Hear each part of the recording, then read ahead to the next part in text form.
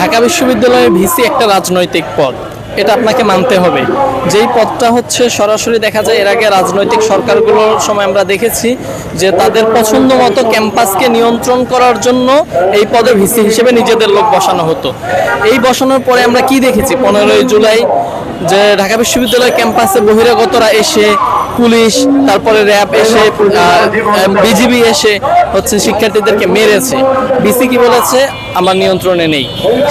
সেখান থেকে এসে বর্তমান যিনি ভিসি, আমার কাছে মনে হয়েছে যে এই শতকের সেরা ভিসি এখন পর্যন্ত আমরা পেয়েছি। গত 9 মাসে এই ভিসি বিশ্ববিদ্যালয়ের অসংখ্য কাজ করেছে, আপনারা তার খোঁজখবর নিলেই পাবেন। ইভেন প্রায় 30 কোটি টাকার একটা প্রজেক্ট নামাইছে।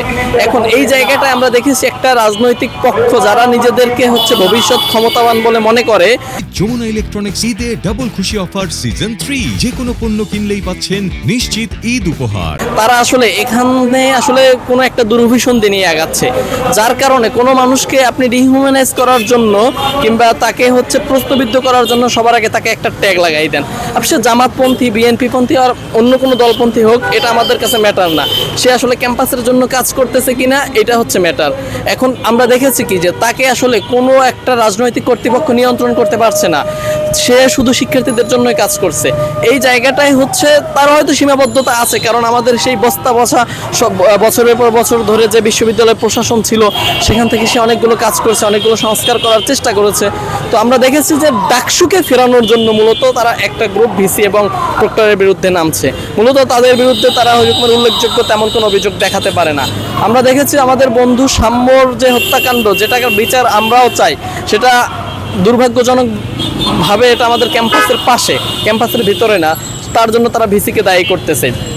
সেখানে ভিসি আসলে কতটা দায়ী, নাকি তার থেকে বেশি শাহবাগ থানা দায়ী, নাকি তার থেকে বেশি স্বরাষ্ট্র উপদেষ্টা দায়ী, এই প্রশ্নগুলো আসলে আমাদের আসা দরকার। তো এখানে একতরফাভাবে ভিসি এই হত্যাকাণ্ডের বিচার না চেয়ে শুধু ভিসির পদত্যাগ কিংবা প্রক্টরের পদত্যাগ চাওয়াটা আমরা মনে করি এটা একটা রাজনৈতিক দুরভিসন্ধি। সুতরাং আমরা মনে করি যে এই ভিসি এবং প্রক্টর তারা অনেক কাজ করছে, কিন্তু তাদের যে গুরুত্বপূর্ণ যে কাজ তারা এই পর্যন্ত করতে পারে নাই, সেটা হচ্ছে ডাকসু নিশ্চিত করা। গত 9 মাস চলে গেছে, ডাকসু অনেক আগেই হয়ে যাওয়ার কথা, এখন পর্যন্ত সেই ডাকসুটা অনিশ্চয়তার মুখে পড়ে গেছে। সুতরাং এই ভিসি এবং প্রক্টরকে আমরা তখনই সাকসেসফুল বলবো যখন তারা একটা সাকসেসফুল ডাকসু আমাদেরকে দিতে পারবে, নিরাপদ ক্যাম্পাস দিতে পারবে। আসলে ক্যাম্পাসে একটি অনাকাঙ্ক্ষিত ঘটনা হওয়ার পর নানা রকম দাবি আসতেই পারে। আসলে যেহেতু একটি দলের, আমরা জেনে থাকবেন যে সাম্য ভাই একটি দলের কর্মী ছিলেন, সেখানে তিনি নেতৃত্ব দিতেন। তাদের কর্মীরা দাবিটি করেছিলেন, তাদের দাবি ছিল ভিসি পদত্যাগ বা প্রক্টরের পদত্যাগ। তো আসলে ভিসি বা প্রক্টর আমাদের সার্বিক সহায়তা করছেন সব দিক থেকে, এমনটা বলা যাবে না।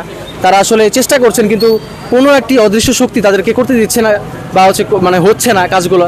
এই বিষয়গুলো আসলে আমরা সাধারণ শিক্ষার্থীরা সন্দিহান। কারণ আমরা জানি ভিসি আমাদের শিক্ষার্থী বান্ধব, বলেছিলেন যে শিক্ষার্থী বান্ধব সকল কার্যক্রমে তিনি পাশে থাকবেন, কিন্তু কেন তিনি আমাদের শিক্ষার্থী বান্ধব এই দাবিগুলো পূরণ করতেছেন না, কেন ডাকসু দিচ্ছেন না, এই বিষয়ে আসলে আমরা জানি না। এই কারণে আসলে বিভিন্ন নানা ধরনের দাবি উঠেছে, পদত্যাগের আওয়াজ উঠেছে।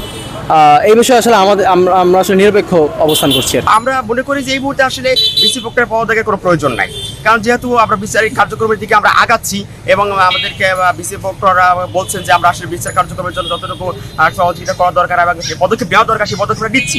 তবে যদি একটা সময় গিয়ে দেখা যায় যে হ্যাঁ, আমার ভিসি প্রক্টর হচ্ছে আমার সাম্য হত্যার বিচারটাকে করে দিতে পারে নাই, তখন আমরা হয়তো বা সেই দাবির দিকে আগাইতে পারি। যদি সে তার পলিটিক্যাল পরিচয় থেকেও থাকে, সে যদি কোনো দলকে স্পেসিফিকলি কোনো সুযোগ সুবিধা না দেয়, তাহলে তো তার পলিটিক্যাল পরিচয় নিয়ে আসলে কোনো ধরনের মন্তব্য আমি থাকা উচিত না বলে আমি মনে করছি।